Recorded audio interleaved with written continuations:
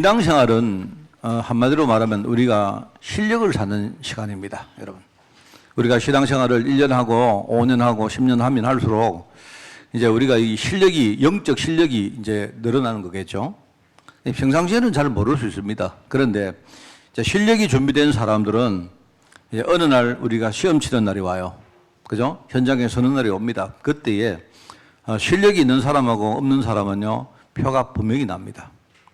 제가 이번에 명절이라고 이제 어르신들에게 몇 번 전화를 내가 드렸는데요. 한 분에게 내가 전화를 드리고 그날 좀 약간 마음에 남는 게 있습니다. 뭐냐니까 전화를 하니까 전화를 딱 받으시던데 바로 음성이 내 목소리가 나오더라고요. 깜짝 놀랐습니다. 그냥 순간적으로. 본인이 알고 그런 건 아닌데 내가 전화를 하는데 이분이 메시지를 듣고 계시더라고요. 내가 그냥 혼자 생각을 했습니다. 혼자. 정말 우리 이 성도님이 진짜 이렇게 많이 바뀌고 변했는데, 계속 이렇게 말씀을 듣고 이렇게 하시는구나. 여러분, 말씀을 듣는다 이 말은 말씀 들으라 이 뜻이 아니고요. 내가 지금요, 실력을 쌓는 시간입니다. 예배하는 시간이다. 내가 기도하는 시간이다. 이제 실력을 쌓아 놓으면 그게 나중에 무너지지 않는 거예요. 그죠? 그래서 여러분 그거 생각하시고 오늘도 여러분이 진짜 가문을 다 이기는 여러분요. 여러분 현장에 지금 많은 일이 있지 않습니까? 근데 이거는요, 하나님이 주시는 이 복음의 능력 아니면 안 되거든요. 그거 가지고 오늘 여러분이 성장하고 진짜 영적 실력 쌓는 그런 시간이 되기를 꼭 부탁을 드립니다. 지금 현장에 가면 많은 사람들이, 심지어 성도들도 교회에 대해서 오해를 합니다. 그죠? 교회에 대해서 사람들이 그렇게 말해요. 교회에 대해서 평가를 하는데 조금 이렇게 뭔가 좀 잘못 알고 있구나 라고 느끼는 게 참 많습니다. 이제 물어봅니다. 교회가 뭐라고 생각합니까? 이렇게 물어보면 어떤 사람들이 어떤 좋은 의미로 교회는 그래도 이 성향이 비슷한 사람들끼리 모이는 그런 단체다 이렇게 생각할 수도 있고요. 어떤 사람은 성도들이 가서 예배드리면서 복을 빌은 장소이기도 하다. 틀린 말은 아닙니다. 맞는 말이죠, 다. 그리고 이제 우리도 교회에 이르면 은혜 받는 곳이다. 그죠? 우리에게 하나님 은혜가 필요하니까 은혜 받는 장소다. 그 정도 우리가 생각합니다. 또 어떤 사람들은 좀 나쁜 의미로 교회를요, 이렇게 막 교회에 이러면요, 그냥 성향이 아니고 뭔가 좀 정신이 이상한 사람들이, 좀 맛이 간 사람들이 모여가지고 그냥 우리 흔히 교회에 빠진 사람들 이런 말 안 합니까? 그렇게 여기기도 합니다. 그렇게 하기도 하고요. 또 심지어 어떤 사람들은요, 거기 가면 사람들을 완전 속이는 곳이다. 그렇게 말합니다. 불신자들이 주로 그렇게 했죠. 심지어 어떤 사람들은요, 이 신문 같은 데 보니까 아예 교회를 사람들 속여서 돈 거두어서 목사들이 먹고 사는 일종의 직장이다. 일터다. 이런 식으로. 그런 식으로 말합니다. 그런 이제 보고서가 있어요. 보고서가. 근데 최근 이 코로나 상황을 우리가 이렇게 겪으면서 이런 흐름이 점점 이상한 모습으로 자꾸 이렇게 띄고 있고요. 교회는 거기에 제대로 대응을 못하고 있습니다. 교회가 제대로 대응을 못하고 자꾸 흔들리니까 원래 정치하는 사람들은 항상 먹잇감을 찾습니다. 자기들 이익을 볼 수 있도록 자기들이 뭔가 비난을 하고 뭘 할 수 있는 그런 집단을 자꾸 찾거든요. 그러니까 지금 최근에 여러 가지 정치 세력이나 심지어 정부도 교회를 가지고 마음대로 쥐었다 폈다 이렇게 하고 있어요. 급기야 지난번에 말했지만 불신자들이 조사를 했는데 불신자들이 얼마나 이 교회를 신뢰하는가에 대해서 여론조사를 했는데 9%가 나왔다. 그리고 이 9%가 나온 정도가 아니고 젊은 층들은 앞으로 성장해서 이 사회의 중추가 되면 될수록 이런 추세는 점점 더 심해질 것이다. 가히 충격적입니다, 사실은요. 그냥 우리 마음속에 전도를 우리가 생각하고 우리가 현장을 살리고 진짜 우리 복음화 운동을 생각하는 우리에게는요, 굉장히 이게 어떤 주는 시사하는 내용이 큽니다. 그럼 지금은 우리 교회에 조직이 있고 사람들이 모이고 심지어 우리가 할 수 있는 힘도 있고 있는 것처럼 보이지만 아무리 교회 조직이 철옹성이라도 시대 조류와 안 맞으면 결국은 도태되게 되어 있습니다. 여러분 꼭 아셔야 됩니다. 유럽 교회다가 미국 교회가 뭐 지금 사람이 없다 이렇게 말하고 우리가 그냥 그걸 인용을 하는데 왜 그렇게 됐는가를 알아야 돼요. 그 내가 볼 때는요, 지금 어쩌면 우리 한국 교회가 유럽 교회, 미국 교회를요 굉장히 빠른 속도로 지금요 닮아가고 있습니다. 그러면 이제 자 여러분 그 현실이거든요. 그러면 이제 우리가 여기서 생각할 게 하나가 있는데 아무리 이런 통계가 타당하다 해도 그러면 만일 교회가 없어지면 어떻게 되겠습니까? 여러분 교회가 없어지면 어떻게 될까요? 한마디로 말해서 교회가 없어지면 좀 심한 말인지는 몰라도 교회가 없어지면 현장에 복음도 없어지는 겁니다. 이게 이제 문제인 겁니다. 예를 들어서 인간이 가지고 있는 근본적인 문제가 돈이 없는 문제고 인간의 행실이 바르지 못한 문제고 그죠? 뭐 이런 문제라면 그러면 우리가 행실을 바꿔야 되겠죠. 그렇지 않습니까? 복을 못 받아서 돈이 없고 건강도 잃어버리고 이렇게 했다면 그럼 우리가 거기에 따라서 대응책을 만들어야 되겠죠. 그런데 성경은 뭐라고 말하는가 하면요. 인간의 근본 문제가 바로 창세기 3장에서 온 문제다. 창세기 3장의 문제의 본질은 눈에 안 보이던 이 흑암이다. 이 흑암은 다른 것 가지고는 절대로 이길 수가 없다. 이 흑암이 만들어 놓은 많은 문화가 있단 말입니다. 그죠? 흑암이 사람을 속여가지고 하나님 떠나게 만들었고, 그죠? 이래 사단이 말입니다. 이래가지고 인간에게 결국 저주와 재앙이 왔다 이 말입니다. 이게 근본 문제가 맞다면 그러면 십자가에서 하나님이 이루신 뭡니까? 그리스도가 이루신 복음 아니고는 안 돼요. 왜냐니까 주님께서 교회에만 복음을 맡긴 겁니다. 이게 여러분 진짜 중요하거든요. 그래서 우리가 뭐 교회가 없어도 된다. 예, 여러분 만약에 우리가요 병자가 많다. 지금 가난한 사람이 많다. 지금 세상에 사람들이 전부 착하게 살지 못한다. 이게 문제라면 내가 볼 때는 교회 없어도 상관없습니다. 그런데 정말 인간의 본질적인 문제가 그 창세기 3장 문제가 맞고 그러면 이 창세기 3장 문제를 복음 아니고는 해결 못하는 게 맞다면 그러면 교회는 반드시 필요한 거예요. 역사를 보면 이런 경우가 많았습니다. 그런데 이런 경우가 많았는데 교회가 세상의 빛과 소금 역할을 감당 못한 겁니다. 왜냐하니까 문제가 터질 때마다 교회가 복음을 잘 모르다 보니까 복음 가지고 신앙의 본질로 돌아가야 되는데 이게 아니고 자꾸 사람들이 말을 왜 성도들이 왜 교회 다니는 사람들이 행실이 저러냐 이렇게 하니까 우리도 거기에 이제 말하면 그 동의를 하는 겁니다. 자꾸 행실을 바꾸려고 하고 이래 하다 보니까 결국은 뭡니까? 안 돼요. 그게 인간 근본 가지고는 그게 안 되거든요. 불신자들이나 우리나 전부 다 본질적으로 창세기 3장 아래 놓여 있기 때문에 우리가 말입니다. 우리 힘 가지고 행실을 바꾸려고 하면 아무리 뜻이 좋아도 그건 안 되게 되어 있습니다. 그러면 행실도 못 바꾸고 결국 교회는요 갈수록 뭡니까? 복음만 자꾸 희비지는 거예요. 그게 지금까지 개혁이라는 이름으로 했던 겁니다. 지금 세상에 나가서 사람들하고 대화해 보세요. 비난받을 게 우리가 참 많죠. 그런데 전부 다 하는 말이 왜 행실이 저러냐, 왜 사람들이 이상하냐, 자꾸 우리 하는 말이나 행실 가지고 문제를 삼습니다. 맞죠? 우리가 바꿔야 되지만 그거는 본질이 아니다 이 말입니다. 저는 지금 이 보면요, 우리가 세상에서 빛과 소금의 역할을 감당 못하는 이유는요, 우리부터가 자꾸 복음이 희미해지는 거예요. 하나님은 이 복음 완전히 갱신해라. 복음 가지고 신앙의 본질을 완전히 바꾸어라. 이게 하나님의 명령인데 지금 교회가 뭔가 이 방향을 잘못 잡고 있으니까요. 지금 갈수록 뭔가를 한다고 하는데 점점 뭡니까? 교회는 사람도 모이고 하는 것처럼 보이지만 이게요. 힘은 하나도 없는 겁니다. 그래서 이제 오늘 교회 배경의 응답이라는 그런 제목입니다.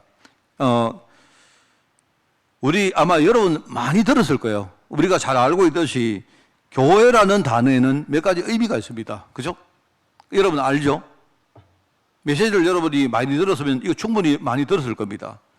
교회의 의미가 뭐냐? 교회는 먼저 하나님 자녀, 쉽게 말하면 성도 그 자체가 바로 하나님의 교회다. 성도가 하나님의 교회다 말입니다. 고린도전서 3장 16절. 우리 안에 정확하게 말하면 내가 교회다 이렇게 말하기보다는 이제 본질이 뭐냐니까요. 내 안에 하나님 주신 언약이 바로 교회다. 이렇게 보는 게 맞아요. 하나님의 언약이 성도 속에 있기 때문에 그 안에 하나님이 성령으로 지금 함께하고 계시는 거예요. 그렇습니다. 그러니까 이런 성도들이 모인 이 모임이, 우리 같은 모임이 바로 뭡니까? 이 회중이 바로 하나님의 교회다 이 말입니다. 사도행전 11장 25절 이게 이제 안디옥 교회 이야기 아닙니까? 그죠? 그래 안디옥 교회 주님께서 약속했거든요. 두세 사람이 모여서 우리 위해 기도하면 내가 그들과 늘 함께 하겠다. 이 말은 뭡니까? 언약 가진 사람들이 모여서 그 하나님의 언약을 위해서 우리가 함께 기도하면 그러면 그 안에 본질적으로 하나님이 함께 하시는 거예요. 그러니까 안디옥 교회가 함께 모여서 기도하니까 뭡니까? 그들에게 하나님의 손이 보였다. 하나님의 은혜가 보였다. 이런 말이 사도행전 11장에 나타난단 말입니다. 그리고 성도들이 가는 현장이 뭡니까? 바로 하나님의 교회입니다. 그죠? 그게 그래서 하늘과 땅의 모든 권세 가진 주님께서 볼지어다 세상 끝날까지 내가 너희들이 어떤 현장에 가더라도 어떤 환경을 당하더라도 내가 너희와 함께 할 것이다. 이렇게 말씀하신 거예요. 그게 여러분 의미를 할 때 성도가 하나님의 교회다. 우리의 회중이 교회다. 우리 가는 현장이 교회다. 여러분 딱 기억하고 계셔야 됩니다. 이거요. 기억 안 하시면 놓칩니다. 자꾸 말입니다. 고린도 교회가 자꾸 교회 갈등하고 싸우는 거예요. 왜 싸우는가 보니까 전부 그런 겁니다. 누가 높으냐? 누가 중요한 일을 하느냐? 누가 어떤 뭡니까? 교회에 많은 것들을 차지하느냐? 이런 것들이거든요. 바울이 하는 말입니까? 너희가 하나님의 성령인 것과 하나님의 성령이 너희 안에 계시는 것을 왜 너희들이 모르느냐? 이 말하는 거예요. 너희가 교회인 것을 왜 모르느냐? 너희의 모임이 교회인 것을 왜 모르느냐? 너희 가는 현장에 하나님 나라가 임한다는 사실을 왜 모르느냐? 이 말이거든요. 그게 교회입니다, 여러분. 그래서 교회의 특징을 우리가 이제 이야기할 때 교회의 특징은 이렇습니다. 교회의 특징은 그리스도께서 친히 세우신 게 바로 교회입니다. 우리 한빛교회가 몇 사람이 모여서 발기인을 만들고 우리가 어디에 가입을 하고, 그죠? 그 다음에 우리가 뭔가 조직을 만들고 또 목사를 청빙하고 또 장로를 세우고 이래서 교회를 만든 거다. 그러나 더 본질적으로 뭡니까? 교회는요, 그리스도가 하나님의 일에 필요하기 때문에 하나님이 친히 세웠다. 그걸 여러분이 아셔야 돼요. 그러면서 교회는요, 그리스도가 머리십니다. 그러니까 교회는 다양한 사람이 모여있지만 전부 다 하나의 언약으로 우리가 통하는 거예요. 그리스도가 머리시고 교회가 바로 그리스도의 몸이다. 이 뜻입니다. 그게 에베소 1장 22절에 나오죠. 그러면서 교회는 뭐냐? 지상에 세워진, 이 땅에 세워진 하나님 나라의 모형이다. 그게 나옵니다. 그게 마태복음 12장 28절에 보면요. 뭡니까?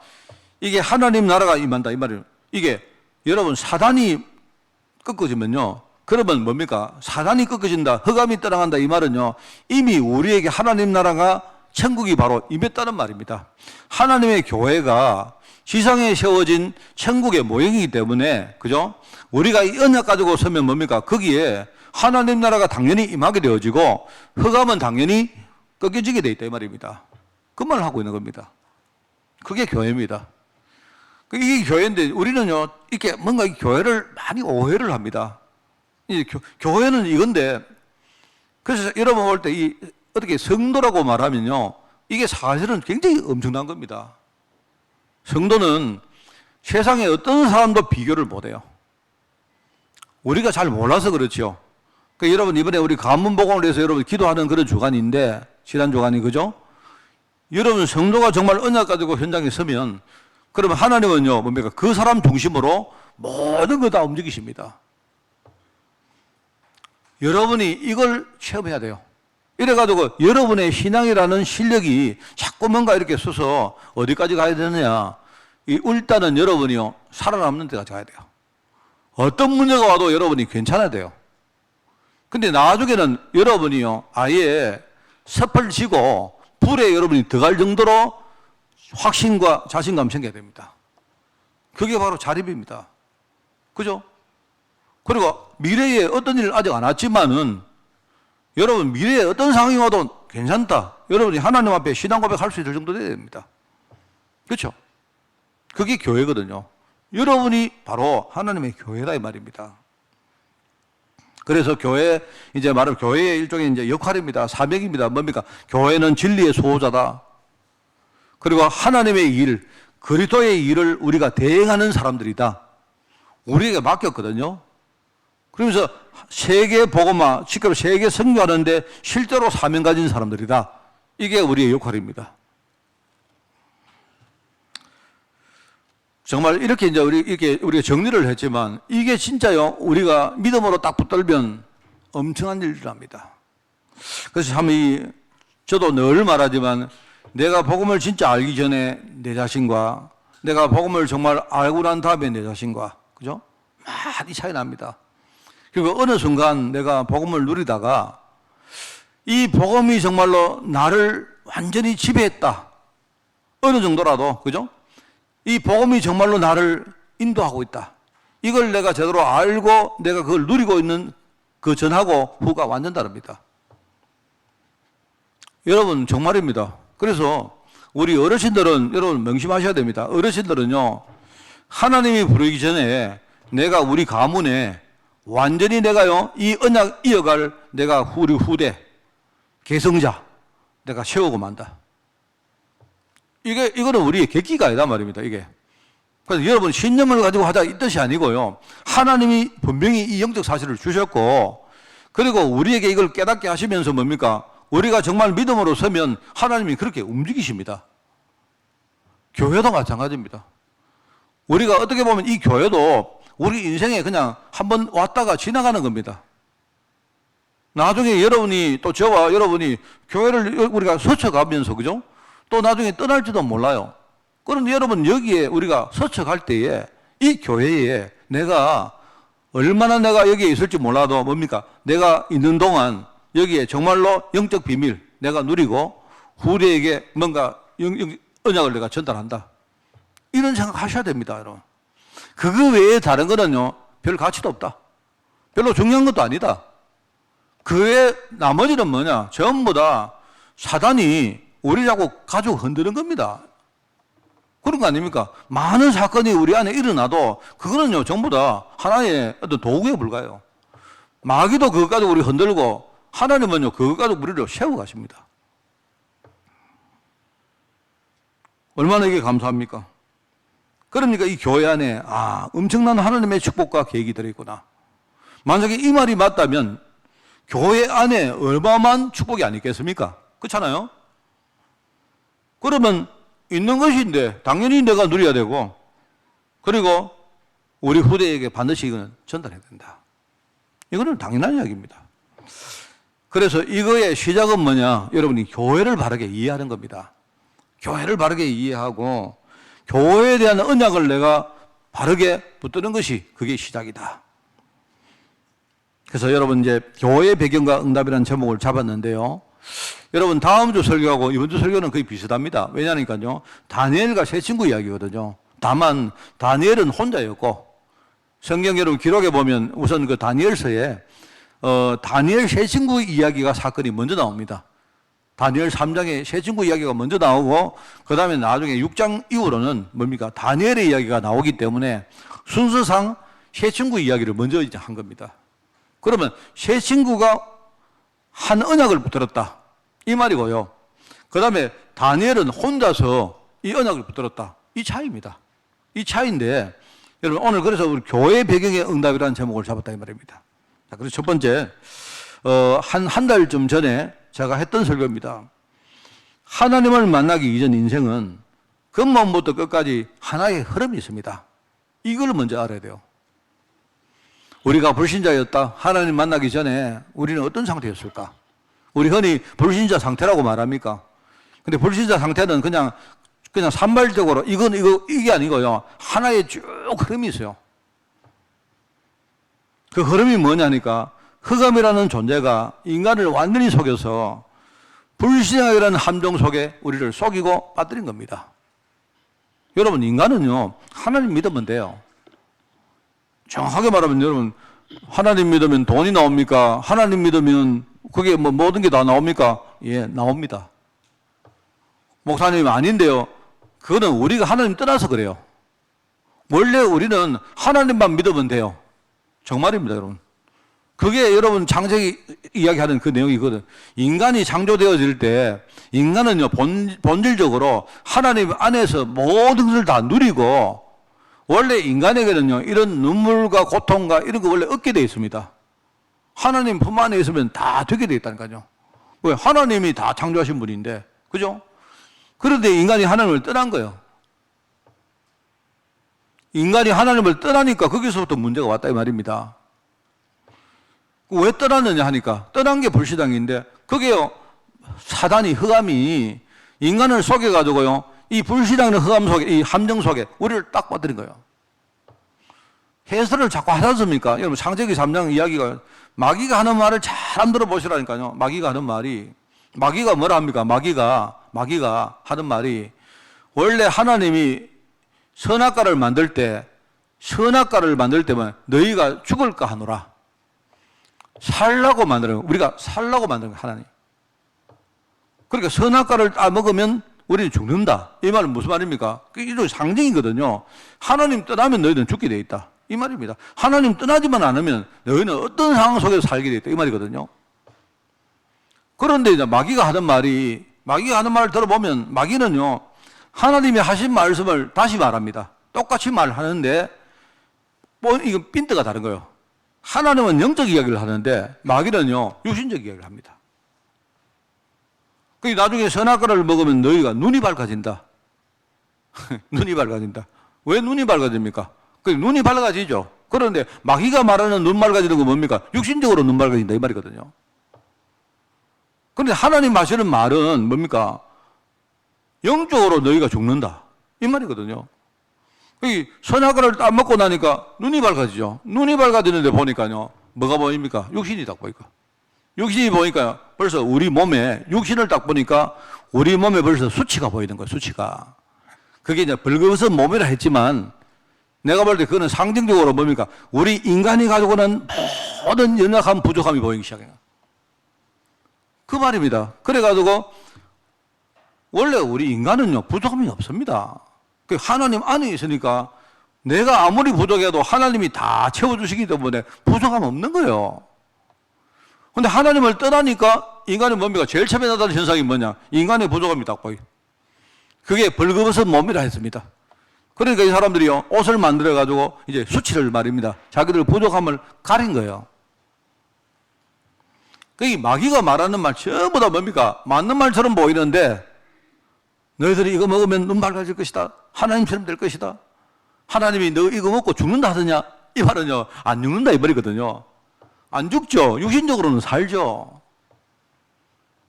이런 식으로 함정을 받아놓고요, 사람을 속인다 이 말입니다. 거기에 빠뜨려진 거야. 그런데 하나님을 떠난 인간이 이때부터 하나님을 안 믿고 뭔가 하나님 외에 다른 것을 믿게 되는 거야. 원래 인간은요, 인간은 본질이 부족합니다. 인간은 원래, 인간 혼자서는요, 절대로 만족하게, 완벽하게 살 수가 없어요. 하나님이 우리 창조하실 때 고려 창조했다니까요. 하나님 안에서만 우리가 완전할 수 있도록 창조했다는 거예요. 근데 하나님을 떠나니까 인간이 부족하잖아요. 그 부족하니까 뭔가를 채워야죠. 그래서 하나님 계실 때는 하나님이 다 채워주시는데 부족하니까 뭡니까? 뭔가 하나님 외에 다른 것을 우리가 믿고 채워야 된다 이 말입니다. 그게 바로 우상인 거예요, 우상. 하나님 외에 의지하고 전부 다 하는 그 전부 다 우상이거든요. 이때부터 우상 문화를 만들었는데 이게요, 야금야금 하다 보니까 어느 날 우리 삶 가운데 완전히 우상 문화가 완전히 틀렸습니다, 틀. 돈을 믿고 살고, 자기를 믿고 살고, 뭔가요, 다른 사상을 믿고 살고, 이렇습니다. 이러니까 그때부터 인간에게 저주가 온 겁니다. 우상 숭배하는 죄는요, 3, 4대, 자손 3, 4대 망한다 이 말입니다. 내가 볼 때 하나님 많이 봐주신 거예요. 내가 볼 때는 그 정확한 내용이 뭐냐니까 우상 숭배하면 영원히 망한다 이 말입니다. 쉽게 말하면 3, 4대 단위로 끊어가지고 말하는 거예요. 3, 4대가 망하고, 그 다음에 3, 4대 망하고, 3, 4대 망하고, 망하는 겁니다. 왜 그런지 아십니까? 보통 사람들이 3, 4대 외에는요, 별 생각 없거든요. 여러분, 만약에 내 한 100대 후손 망한다, 별 감흥이 없잖아요. 그런데 여러분, 우리 아들 망한다, 이러면 우리 굉장히 뭔가 다가오는 게 있지 않습니까? 그래서 하나님이 우리에게 말씀하실 때 우상 숭배하면 3, 4대 망한다, 이 말은요, 영원히 망한다는 말입니다. 왜냐하니까 우상 숭배하면요, 흐름이 망하는 흐름이기 때문에 그 흐름은 그럼 3대가 지나면 끝난다? 아닙니다. 계속 가는 거예요, 계속. 하나님 떠난 인간은요, 우상 문화의 틀 속에 완전히 빠져가지고 영원한 저주를 받게 되었습니다. 그렇게 되다 보니까 이제 어느 날 우리 삶 내에 이런저런 다양한 문제가 터지죠. 경제 문제. 여러분, 내가 볼 때 경제 문제는 영적 문제의 한 흐름입니다, 흐름. 잘 보셔야 됩니다. 내가 여러분 보고 경제 문제가 그냥 영적 문제다, 귀신이 가지고 있는 거다, 이렇게 말하고자 하는 게 아닌데요. 그게 어느 날 그냥 된 게 아닙니다, 여러분. 내가 경제 문제 왔다, 이 말은요, 벌써, 여러분 안 그렇습니까? 내가 경제 문제 왔다는 말은요, 이미 내가 어떤 이런 여러 가지 저주받을 수 있는 환경 속에 빠져 있다는 말이거든요. 이런 것 속에 내가 경제 문제 왔는데, 여러분이 자꾸 영적 부분은 도외시하고 경제 문제 자꾸 해결하려고 하면요, 안 됩니다. 절대로 안 됩니다, 여러분. 우리 삶의 질병 문제다, 가정 문제다, 경제 문제다, 자꾸 터지는 겁니다. 어느 날 이런 올무에 딱 묶여가지고 내가 인생을 사는데, 우리 인생이요, 더하기 인생이 아니고 맨날 빼기 인생입니다. 뒤돌아보는 인생. 겨우 먹고 삽니다. 여러분이 미래를 바라보면, 아이고야, 내가 앞으로 어떻게 살까? 100세 인생이라 안 합니까? 그 100세 인생이면, 그럼 예를 들어가지고 은퇴하신 분들이 이제 100세 인생이라 하면요, 전부 다 마음속에 뭐가 있습니까? 아이고, 앞으로 내가 건강해서 한 30년 살고 50년 살고 40년 살 터인데 뭐 먹고 살까? 전부 다 우리 인생이 이런 겁니다. 그러면 우리 인생은요, 갈수록 뭡니까? 우리 건강도 점점 뭡니까? 하락하지요. 원래 여러분 경제도 나이가 들면 들수록 까먹지, 여러분 벌지는 않습니다. 더하기가 안 돼요. 그러면 우리가 하나님의 축복을 못 받아버리면 결국은 우리 이런 인생 가운데 많은 올무가 있는데 우리가 맨날 거기 묶여가지고요, 겨우겨우. 만약에 여러분이 안 그렇습니까? 나는 목사님 그러셔도 우리 집의 재산은 나 한 90세 될 때까지 먹고 살 거 있어요, 이러면 안심이다, 이렇게 하겠죠. 예, 네, 그렇습니다. 요즘 이제 그 어르신들 관계되는 뭐 이야기를 들어보면요, 전부 다 하는 말이 어르신들에게 제일 큰 말하자면 문제가 뭐다? 자녀 리스크다 합니다. 자녀 리스크. 그런 이야기 많이 하잖아요. 어떤 사람이 말입니다. 나는 한 90살까지 먹고 살 수 있도록 연금도 준비하고 건물도 하나 준비해가지고 매달 그냥 월세 한 200만 원 받고 이런 식으로 다 준비해놨는데 나는 아무것도 문제 없다. 그래가지고 자기 이제 부인하고 우리는 그래도 죽을 때까지 전혀 돈 문제 안 가지고 이랬다는 거예요. 그랬는데 이제 이분이 원래 그랬다는 이야기입니다. 이야기를 들은 겁니다. 이분이 자기 자녀들이 있는데 다른 애들은 다 이렇게 항상 의심을 했는데 막내 딸이 하나가 있었는데요. 막내 딸은 너무 착하고 말도 잘 듣고 공부도 잘하고 이래가지고 다 이렇게 막내 딸은 항상 자기가 신뢰하고 이렇게 있었대요. 근데 어느 날 이제 은퇴한 다음에 어느 날 이 막내 딸이 갑자기 와가지고 어디 직장을 다니다가 갑자기 치우고는요, 나는 오늘 영국으로 아버지 유학을 좀 보내달라 하더래요. 이래가지고 뭔가 이렇게 뭡니까? 어떤 디자인 쪽에 뭐 공부를 한다고 유학을 가는데 유학 비용이 1년에 말하자면 한 2억 드는 거예요. 여러분, 그게 체류비하고 그래 듭니다, 보통. 여러분, 보통요, 이 괜찮은 그 디자인 학교 같은 데는요, 1년 학비만 1억 이상 듭니다. 그러니까 이 사람이, 우리 딸 이거, 내가 진짜 사랑하는 딸 이거, 지가 공부해보겠다 하는데 시집도 안 가고 내가 보내줘야 되겠다 해가지고 이분이요, 이제 이렇게 보내준 겁니다. 보내주면서 돈이 드니까 이분이 자기가 옛날에 했던 그 사업을 다시 구상을 한 거예요. 내가 이제 돈이 많이 드니까 그래가지고 내가 다시 옛날에 내 노하우를 가지고 내가 사업을 좀 해가지고 유학 비용을 대줘야 되겠다 했는데요, 하다가 쫄딱 망했대요. 이래가지고는요, 완전 거짓 됐대요. 제가 이야기로 들은 이야기인데, 그런 이야기입니다. 그래서 지금요, 어르신들 저 머릿속에 항상 자녀를 믿지 마라. 이런 말들이 많대요. 그리고 우리 인생은 그런 겁니다. 내가 아무리 완벽하게 준비를 해놨다 해도 항상 우리 주위에는요, 항상 뭡니까? 위험 요소가 도사리고 있는 겁니다. 그 얼마나 힘듭니까? 그래서 내가 볼 때 그런 분들은 그래도 체력도 있고 뭔가 있는 분들인데, 그렇지 못한 사람이 내가 볼 때 거의 대다수입니다, 여러분. 아무것도 못하잖아요. 내가 여러분들에게 내가 힘을 빼려고 하는 말이 아닙니다. 복음 진짜 붙들면요, 우리 인생을 새롭게 시작할 수 있습니다. 정말입니다. 사단이 완전히 이렇게 만들어 놨는데 이걸 이제 모르고 있단 말입니다. 교회 다니는 사람도 이걸 모르고 있는 거예요. 그냥 교회만 다니지. 하나님 만나기 이전에 인생에는 이런 처음부터 끝까지 이런 하나의 흐름이 쭉 있는데, 앞서거니 뒤서거니 하면서 이 흐름을 따라가는 거예요. 앞에 가고 뒤에 가고 하면서 쭉 가는데 대부분이 몰라요. 그게 제가 한 달쯤 전에 했던 메시지입니다, 이게. 그런데 하나님은 어떤 현장이 와도, 어떤 상황이 와도 모든 상황 속에서 이 문제를 정확하게 알고 이걸 해결할 수 있는 하나님 제자를 세우십니다. 그게 다니엘 시대 이야기인 겁니다. 이스라엘 백성들이 왜 포로가 돼 갔느냐? 하나입니다. 아까 이 흐름이라니까요. 지금요, 하나님 안 믿으니까, 하나님 안 믿, 이스라엘은 하나님을 믿고 살게 돼 있는 사람들이요. 하나님을 믿어야 항상 승리하고, 쉽게 승리는 놔두고서라도 하나님을 믿어야 생존하는 사람입니다. 그게 이스라엘입니다. 이스라엘.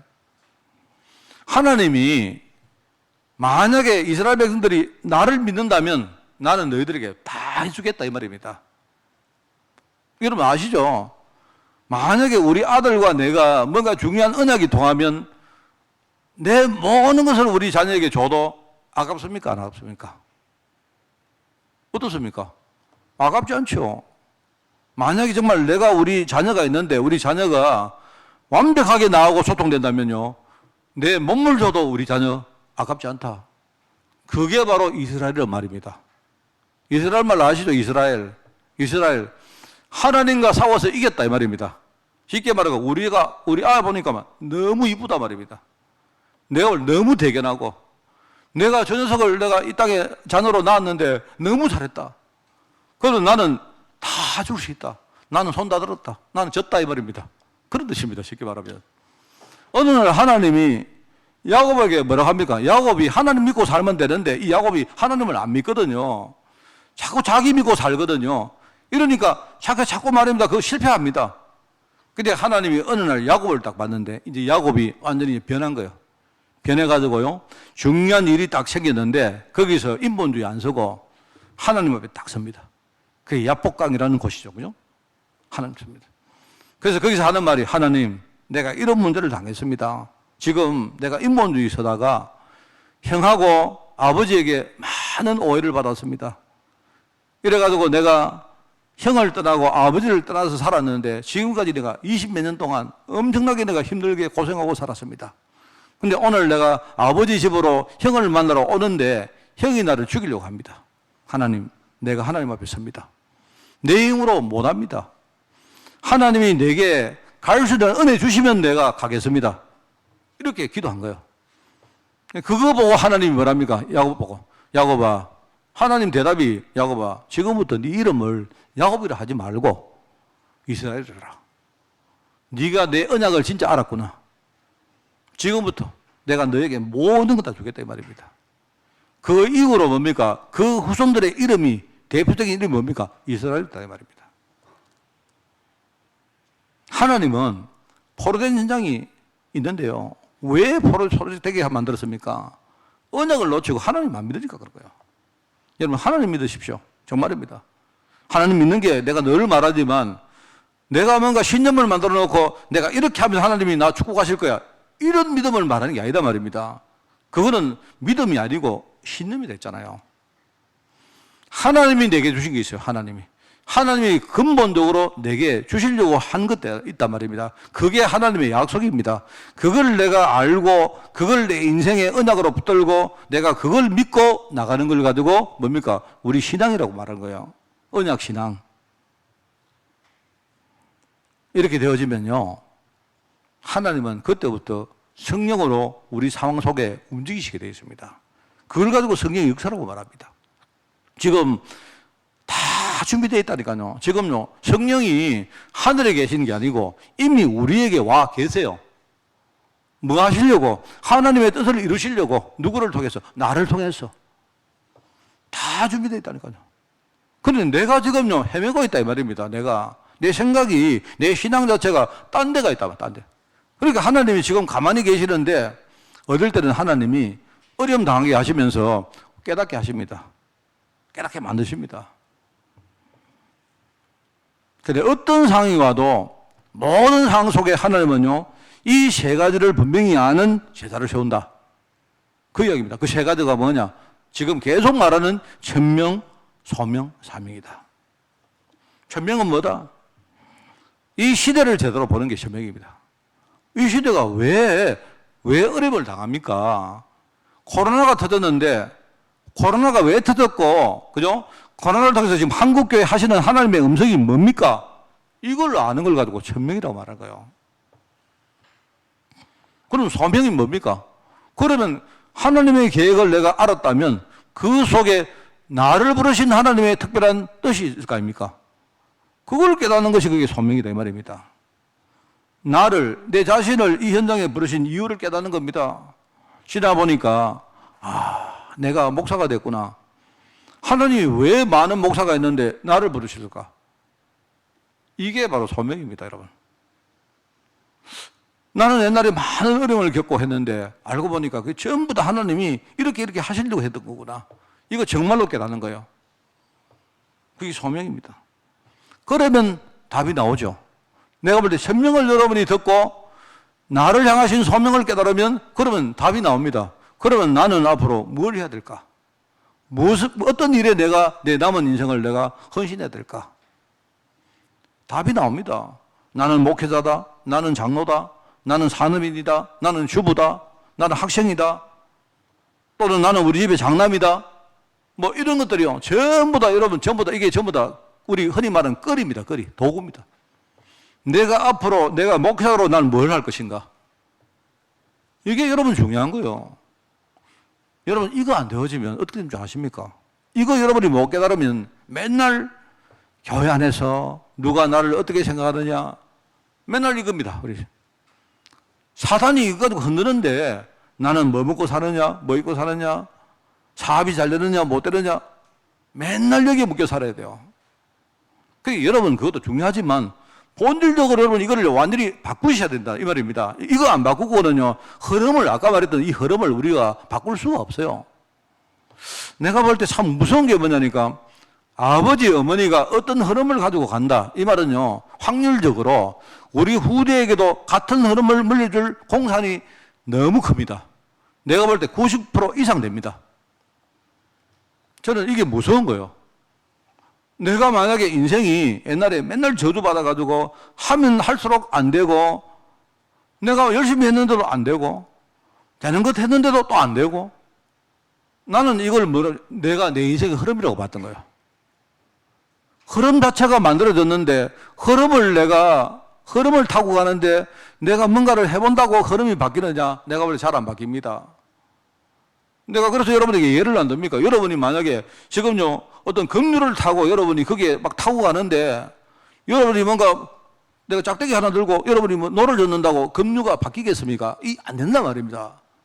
흐름은 이미 상당 부분 정해진 것이기 때문에 이거는요, 벌써 가문이나 어떤 앞에서부터 많이 이렇게 흐름이란 것이 만들어져서 오는 게 있다니까요. 그런데 이걸 바꿀 수 있는 유일한 방법이 하나밖에 없다 이 말입니다. 뭔 줄 아세요? 내 스스로가 하나님의 언약 속에 들어가서 이 흐름을 바꾸는 겁니다. 하나님은 이걸 바꿀 수 있는 문을 열어놨어요. 이게 얼마나 중요합니까? 바로 다니엘과 세 친구 이야기가 바로 그 말입니다. 그죠? 그래서 이제 다니엘과 세 친구의 공통점이 몇 가지가 있습니다. 첫째는 뭐냐니까 바벨론에 포로로 끌려간 사람들입니다. 물론 이 다니엘은 이스라엘이 멸망할 때에 끌려간 사람이 아니고, 원래는 이 바벨론이 그전에도 여러 번 쳐들어옵니다. 옛날에 무슨 말입니까? 해적처럼 쳐들어와가지고 막 훔쳐가고 사람들 끌고 가고 해요. 그 중에 미리 끌려갔던 중에 아이들 중에 한 명입니다. 근데 끌려가면서도 이 애들이 공통점이 뭐냐니까 이유를 알고 있었던 거예요. 참 대견하죠? 어렸는데, 어린 아이들인데도 불구하고 왜 우리가 이렇게 맨날 이렇게 뭡니까? 어려움 당하는가 이유를 알았던 거예요. 하나님의 백성들이 하나님을 안 믿고 사니까 지금요, 하나님이 주위에 대적들을 일으켜가지고 자꾸 우리에게 메시지 주는 건데, 어른들이, 제사장들이, 지도자들이 이걸 깨닫지를 못하고 있는 거예요. 그런데 어린 아이들이 그걸 이유를 알고 있었단 말입니다. 이래가지고 이 아이들이 처음부터 그래, 내가 이제 어쩔 수 없이 내가 포로로 끌려왔기 때문에, 그렇다면 포로 현장에서 나는 내가 뜻을 정하고 나는 절대로 내 신앙을 내가 배반 안 하겠다. 애들이 뜻을 딱 정한 거예요. 여기에 생명 걸었다 이 말입니다. 내가 죽으면 죽었지 내가 신앙 자체를 내가 바꾸지 않겠다. 여기에 뜻을 딱 정했다 이 말입니다. 그런데 그 이후에입니다. 그런데 이 애들이 이방 나라에 가서 이제 성장을 하고 살아가는데, 얼마나 많은 그 이방 나라 사람들이 중간에 질투를 하고 시기를 하고 견제를 하고 했겠습니까? 그런데 그때마다 하나님은요, 절면망법으로 이들을 보호했습니다. 오늘 보니까요, 환관장의 은혜를 받게 했다. 하나님이 환관장을 시켜가지고 환관장이 이 애들을 봐주게 했다. 이 애들의 울타리가 되겠다. 이 뜻입니다. 이랬는데 나중에 이 아이들이 어떻게 합니까? 전체 그 과정을 통해서 애들이요, 신앙이 퇴보한 게 아니고 점점 뭡니까? 애들이 훈련받고 성장해 나갑니다. 오히려 그냥 끌려가서 신앙 지킨 정도가 아니고요, 이 애들이 나중에요, 그 나라를 살릴 만큼 신앙이요, 성장해 나갑니다. 이래 나가가지고 결국은 뭡니까? 마지막에 포로 시대를 이기고 거기에 살아남아서 그 현장을 완전히 바꾸는 한 시대의 렘넌트로 섰다. 이 뜻입니다.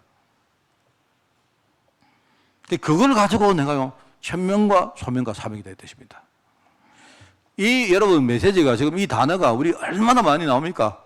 아마 여러분도 지금 우리 강단에서도 아마 여러분이 매주 들었을 겁니다. 거의. 그죠? 그런데 여러분 이게 여러분 매주 듣는다고 식상합니까? 아니죠. 여러분 그때마다 하나님이 내게 주신 음성을 여러분 들으셔야죠. 저는 요즘 보니까 우리 교회를 진짜 바꿔야 되겠다. 내가 보기에 그냥 우리가 말로만 복음 운동한다 이런 게 아니고, 우리가 복음이란 말을 세게 하자 이런 뜻보다 진짜 우리 성도 한 사람 한 사람 뭐로 우리가 건드려도 전혀 요동 안 하는 진짜 아주 단단한 신앙인도로 만들어야 되겠다. 그게 제 생각입니다. 숫자는 내가 볼 때 중요하지 않아요. 숫자는 중요하지 않습니다. 숫자는 중요하지 않습니다. 지금 내가 어제 우리 고사물 집사한테 이야기했는데요. 우리 고사물 집사가 이번에 신학교를 갑니다. 가는데 제가 이야기했습니다. 뭐냐니까, 우리 지금 학교 가는 친구들이 졸업할 무렵이 되어지면요, 우리 한국 교회의 지형이 완전히 바뀔 겁니다. 그때는 내가 어디 가서 어떻게 내가 교회를 개척하고 어떻게 내가 이런 생각을 아예 하면 안 돼요. 그때는 이미 그게 안 맞는 시대입니다. 정말로 내가 어디 가서 한 명이라도 좋으니까 진짜 확실한 제자를 내가 어떻게 한 명이라도 일으킬까, 이렇게 생각해야 돼요. 그러면 나의 전문성, 내 상태, 내 여러 가지 주위 환경 다 고려해서 그 속에 신학생이면 신학생의 진짜 이 시대의 언역을 딱 잡아라. 이게 중요합니다. 이거 그냥 여러분이 듣고 흘러가면 안 돼요. 그래서 저는 각오하고 있습니다. 앞으로 10년이 지나면, 내가 볼 때 10년이 지나면요, 우리 한국교회 교인 숫자가 절반으로 없어집니다. 제 말을 믿으십시오. 20년이 지나면 한국교회는요, 이제는요, 어떻게 보면 아주 군소 종교 집단밖에 안 됩니다. 30년이 지나면 어쩌면요, 그때 이미 유럽교회, 미국교회 같은 그런 상태가 될지도 모릅니다, 지금. 여러분, 만약에 제가 이 말을 그냥 하는 말이 아니고, 그죠? 시대를 보면서 이 시대의 하나님의 음성을 내가 들으면서 내가 하는 메시지라면 여러분 그러면 거기에서 뭐가 생깁니까? 정상적인 우리가 중직자고 신앙이라면 그러면 뭔가 솟죠. 우리 안에 뭔가 에너지가 생기죠. 그게 바로 천명이고 그게 소명이고 사명입니다, 여러분. 그래서 우리는요 이제 해야 됩니다. 여러분 이제는 더 이상 시간을 꾸리고 우리가 낭비할 시간이 없습니다. 없고요. 내가 묘하게 제가 느끼기에는 그게 아마 이제 내가 이제 60세가 됐기 때문에요. 60세가 이제 넘었기 때문에 어쩌면 이제 내가 내 인생 마지막을 이렇게 내가 장식하는 아마 그 시간표와 함께 한국교회의 여러 가지 어떤 모습들이 아마 만들어지지 않을까라고 저는 예측을 합니다. 그러면 내가 맞다 틀리다 이게 뜻이 아니고 그러면 나는 앞으로 내가 뭘 하고 살아야 될까? 그냥 하는 말이 아니고 내가 무엇에 내가 내 인생을 던져야 될까? 거기에 여러분이 답을 닫는 겁니다. 여러분 이걸 늘 생각하는데 이번에 코로나가 왔지 않습니까? 코로나 사태를 보면서 이제 확실히 내가 확인한 겁니다. 이번에 그래 확실하다. 코로나 사태를 맞으면서요 성도들이 엄청나게 흔들립니다. 그래서 실력이 있는 사람과 없는 사람이 평상시 실력 있는 사람과 없는 사람이 완전히 지금요 차이가 나는 거예요. 완전히 차이가. 이게 이번에 코로나 사태입니다. 실력이 있는 교회와 없는 교회는요 완전히 차이가 나는 겁니다. 여러분도 이 시대 하나님이 하시는 소리를 정말로 듣고 여러분이 깨우치는 것이다. 그게 천명이다. 여러분 내가 여러분 보고 뭘 해라 어떻게 해라 이거는요 답은 여러분 스스로가 찾으시기 바랍니다. 근데 확고한 게 하나 있어요. 하나님은 내가 복음 하나 가지고 내가 완전히 내가 서기를 원하신다.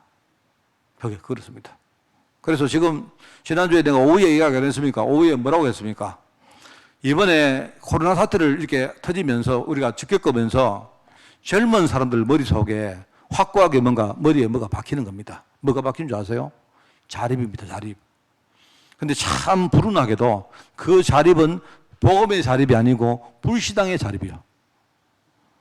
지금까지 국가가 그다음에 기성세대가 우리 보고 뭐라 했느냐? 젊은 애들이 열심히 살아라, 공부 열심히 하면 미래가 펴진다 이렇게 말했잖아요.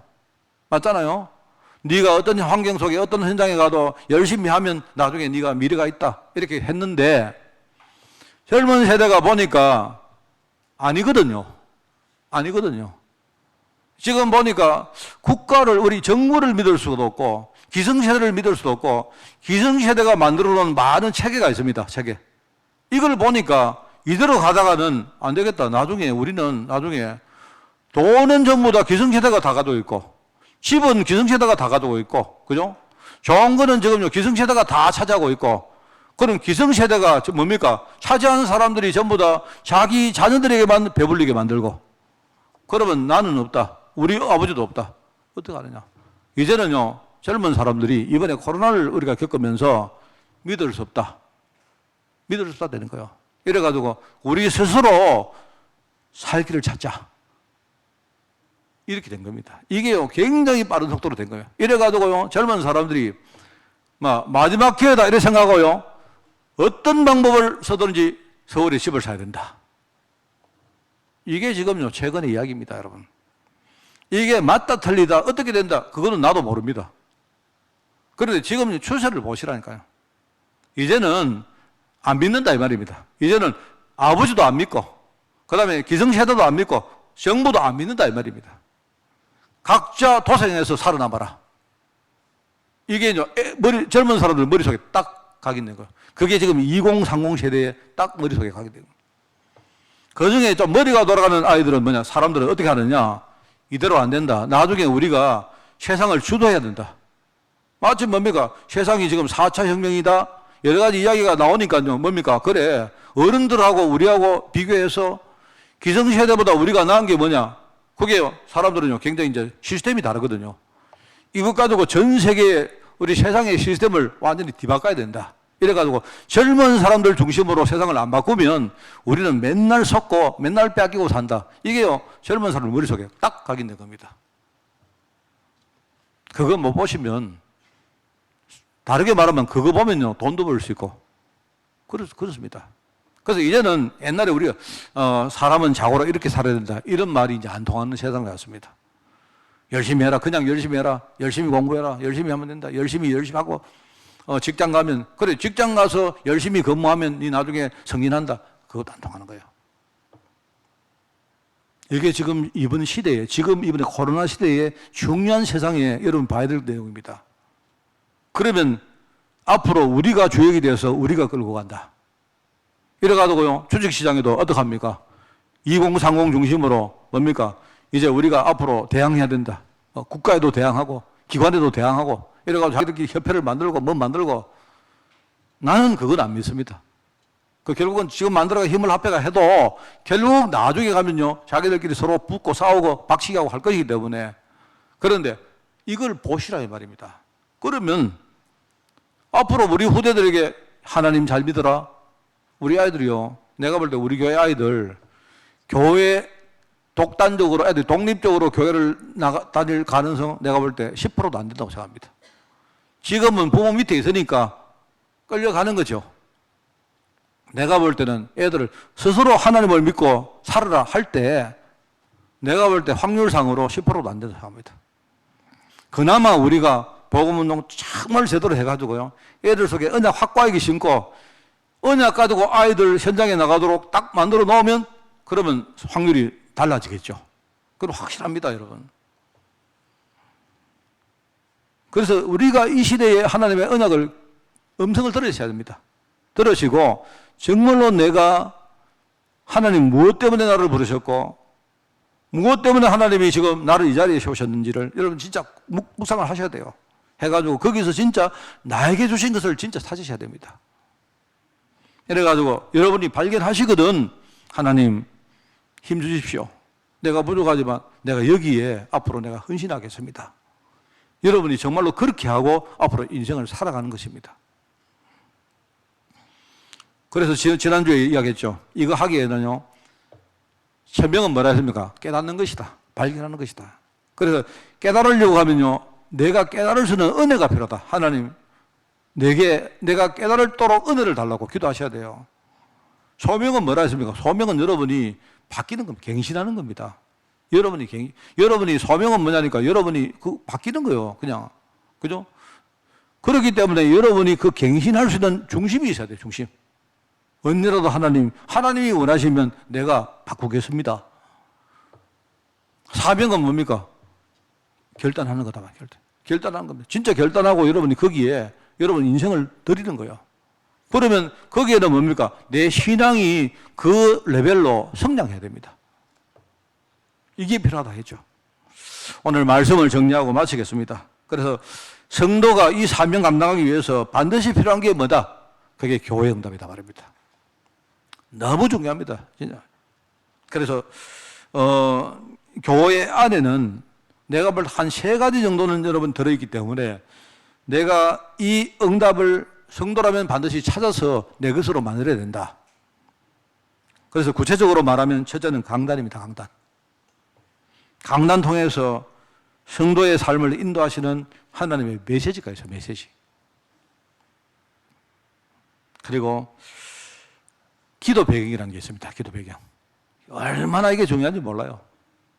그래서 늘 말합니다. 늘. 어른들에게 정말로 잘해야 됩니다. 이 말은 어른들이기 때문에 우리가 뭐 윤리적으로 잘하 이런 뜻이 아니고요. 기도하는 분들이 나의 배경이 되면 얼마나 좋습니까? 이거는 내가 볼 때 천군만마입니다. 많으면 많을수록 좋아요. 그죠? 성도를 하나로 묶어가지고 하나님이 뭘 만드시느냐? 기도 배경을 만드신다 말이에요. 기도하는 배경. 그리고 뭡니까? 중직자라는 직분입니다. 3가지 이야기했으면 뭡니까? 강단. 둘째 뭡니까? 기도 배경. 셋째는 뭡니까? 나의 직분. 중직자라는 직분. 하나님이 중직자를 세웠다. 이 말은요, 성도와 후대 앞에 정인으로 세운 거예요. 정인으로. 이걸 찾아라. 구체적으로. 이래가지고 이 교회 응답을 나의 것으로 만들고, 특별히 우리 후대에게 이 교회 응답을 가르쳐서 이 응답을 가지고 앞으로 아이들이요, 현장에 파송되어 나갈 수 있도록 만들자. 이게 이 시대에 아마 저는 그렇게 생각합니다. 저는 하나님의 아마 완벽한 계획이 여기에 있다. 생각합니다. 이 여러분 코로나 시대를 보면서 그렇습니다. 그래서 어떨 때는 내가 참 시대를 보면 참 이렇게 암울하기도 하지만 또 한편으로는요 힘도 나요. 참 하나님이 저희를 불러가지고 이렇게 정확한 메시지를 주시고 여기에 우리가 인생을 진짜 담게 하시니 저는 너무 감사해요. 정말 저는 어떨 때는요, 하나님이 나를 이렇게 해놔주는구나. 옛날에 내가 힘들었고 막 문제도 많았고 이랬는데 그런데 지나고 보니까요 그게 전부 다 뭡니까? 그냥 되었다는 게 아니고 내가 진짜 이 영적 흐름을 제대로 깨닫게 하시려고 하나님이 하셨다 이게 내가 보여지니까 그러면 앞으로 뻔하지 않습니까? 내 인생의 흐름이 바뀌면 그럼 앞으로 흐름도 나는 보이거든요. 내가 무슨 예언가는 아니지만 흐름을 보면 흐름은 보는 거 아닙니까? 미래 흐름 보이는 거 아닙니까? 그러면 앞으로 하나님이 나를 완벽하게 인도하실 게 틀림없기 때문에 그래 나는 목회자로 나는 우리 성도들과 교회에 내가 완전히 속겠다. 내가 그런 생각입니다. 저를 위해서 기도 많이 해주시고요. 내가 이렇게 메시지 했지만 그러나 근본적으로 나도 굉장히 부족한 사람입니다. 그런데 여러분이 저의 기도 배경 되어 주시고 그죠? 내가 정말로 여러분 완벽한 메시지로 완벽하다는 말은 이 내용적으로 말하는 게 아니고 여러분 이 하나님의 음성 자체가 그게 완벽한 메시지입니다. 항상 여러분과 강단에 소통할 수 있도록 여러분이 기도 비행되어 주시기를 꼭 부탁을 드리고 또 우리 중직자들이 나와 함께 우리 함께 동력자가 되어가지고요 우리가 이 사역 감당할 수 있도록 여러분이 개인이 진짜 여러분이 결단하시고 또 필요한 게 있으면 도전하시는 그런 여러분 되시기를 예수님 이름으로 축원을 드립니다. 하나님 아버지 감사드립니다. 우리 교회의 배경을 응답으로 주시고 중요한 하나님의 언약 가운데 저희들 서게 하시니 너무나 감사드립니다. 우리가 깨달았고 우리가 정말 이 시간 우리가 갱신하기를 원하오니 우리에게 새 힘을 다하여 주시고 우리가 하나님 앞에 결단할 때에 우리가 결단할 수 있는 증거거리를 하나님 다해 주시기를 간절히 소원합니다. 하나님 그래서 우리가 과거를 바라보며 또 우리 현재를 새롭게 우리가 정립하고 앞으로 걸어갈 미래 향해서 우리가 하나님 앞에 헌신할 수 있도록 우리 모든 죄종들을 축복하여 주옵소서. 감사를 드리오며 예수님의 이름으로 기도드리옵나이다. 아멘.